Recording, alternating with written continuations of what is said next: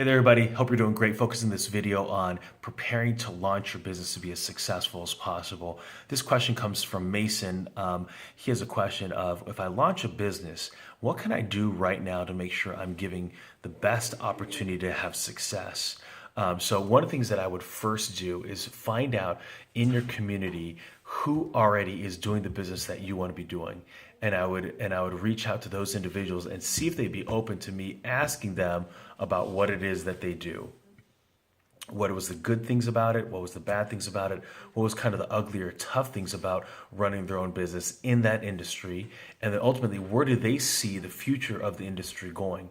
After those conversations, right, I try to get as many people as possible. The value of leveraging social media is that I might be able to reach out people beyond my borders if I can't find somebody doing what I'm doing and ask them those specific questions.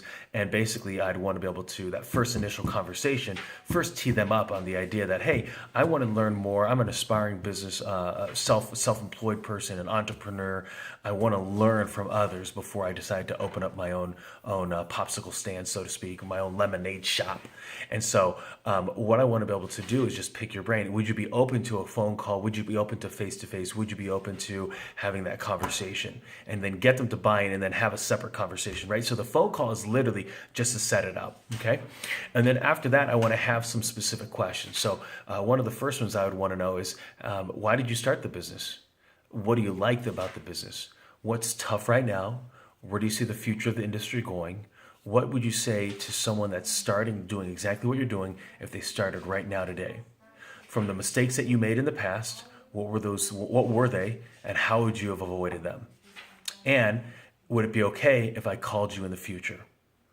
And then what I would then record all those, maybe they'll be open to you recording it literally physically with your phone, dictaphone style, video phone style, camcorder style. Either way, you want to be able to get all that collective information, be able to review it for your own use.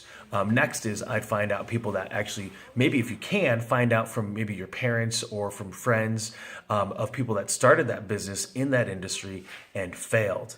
I want to learn from people that didn't make it, right? Because I want to be able to make sure that I avoid those mistakes, because it's often much more telling, the people that failed out of the business, not necessarily on them, but sometimes it's more indicative of the industry. I know a lot of people that were in the mortgage industry, and when 2008, 2009 happened, they walked away and had nothing to do about them as individuals. It had everything about where the market was and where it was going to actually loosen up about 3 years down the road, and they couldn't necessarily hold on for that.